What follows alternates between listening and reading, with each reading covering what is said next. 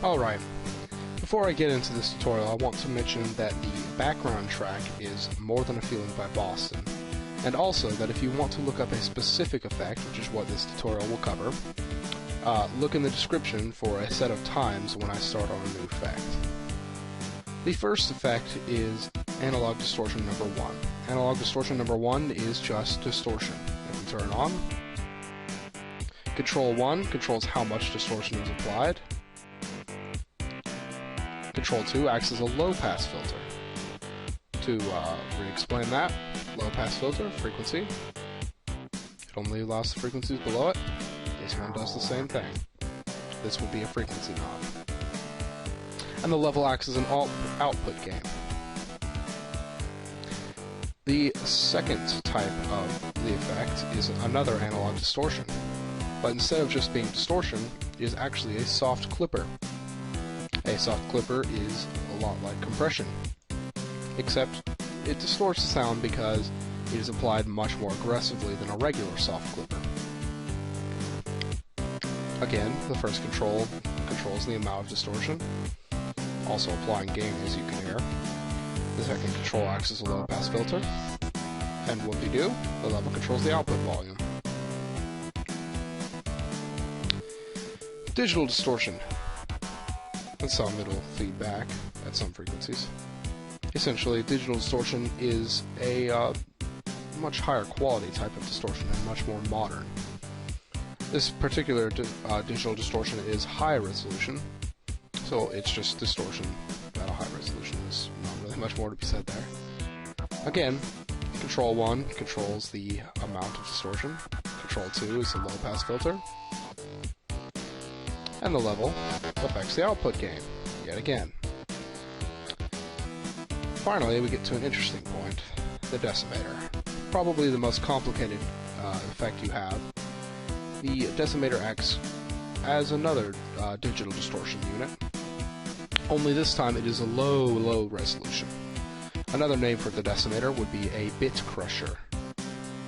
Essentially, bit crushing or decimating is the art of taking your high quality sound and making it sound terrible, or worse. Making it lower resolution. Sort of like taking a picture and making it more pixelated. The level acts in a different way. In this instance, it acts as a dry-wet knob. To explain what dry-wet does, the dry signal is the input, and the wet signal is the output, and the level acts as a mix between the two. So at full, all you'll hear is the wet signal, and at 0, all you'll hear is the dry signal, effectively turning off the effect even though you have it turned on. It's always a good idea to find a good level, or dry-wet, when you can.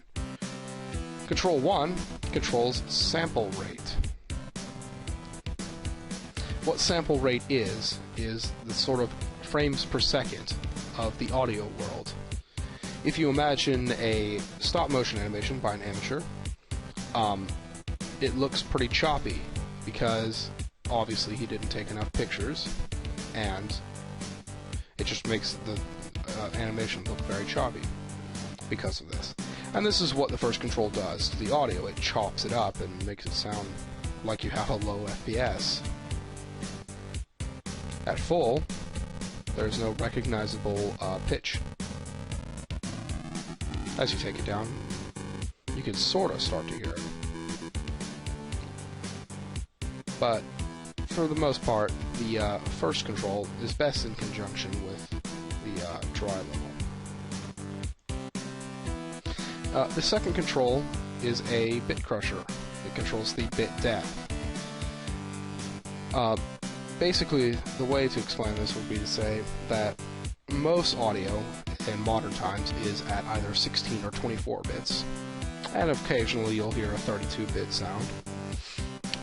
This basically means there's more data stored in every second of audio. Whereas lower bit rates have a lower amount. And so, that's where you get the term 8-bit.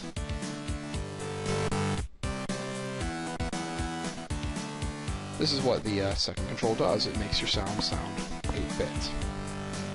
And of course you have the dry wet knob again.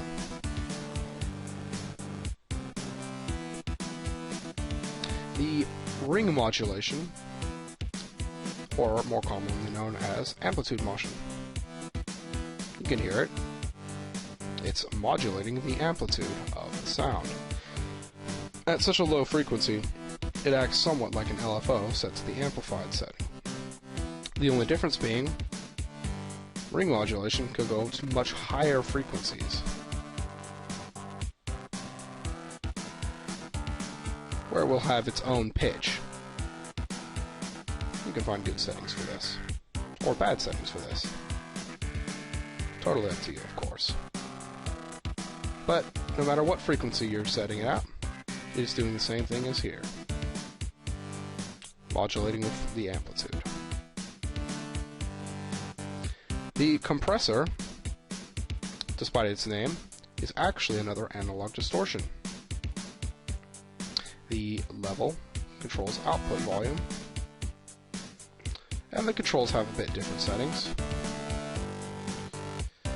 As you can hear here, with full compression depth, which is what the first one controls, and no attack, which is what the second one controls, you get this distorted sound. Compression 1 differs from analog distortion number 2 in that instead of being a soft clip type of compression, it is a much harder setting, demonstratable in Pro C. Right now I have it set to the hard knee setting, and it has this hard knee. Whereas if I put it on soft knee, it's much smoother. That is the difference between a hard clip and a soft clip. If you move the attack up, it stops making things sound distorted. But it adds this clip to the beginning of the sound. You may like this, but it's up to you. You can use it however you want. The phasers. What a phaser does, and I've demonstrated it before, is it takes the sound input and duplicates it, and sets the second one at a separate phase, somewhat like detuning it. This is also somewhat like ring modulation, because where the peaks are in the sound will be in different places, meaning that with a single phaser, at a very low frequency and a very high rate, or at a very low rate and a very high depth, at a very high level, will actually make it go louder as time goes on. The first one controls how deep it is, how high the LFO should be, and the second one controls how fast it should be, and the level is a feedback knob. Note that feedback, unknown to most people, is actually the art of taking the output and feeding it back into the sound. Most people assume it's some sort of distortion because of when there's lots of feedback, it distorts the sound. Or when you apply negative feedback. But no, it just feeds it back in. The distortion is caused by the overlaying sounds peaking out. Now there are 4 phasers here, and they are all the exact same. The only difference is the more phasers you have, the more times the sound is duplicated. Phaser 1 has 1, which is why it sounds so much like ring modulation when you have a low frequency and a high, and when you have these settings here. Low frequency, high depth, and high feedback. Phaser 2 has 2 stages, that's what they're called. Phaser 3 has 4 stages, and Phaser 4 has 6 stages. Phaser 4 is therefore the most recognizable of the 4 phasers. That's all I have time to cover for today. Join me next time where I cover the equalizer. Thank you for watching, and goodbye.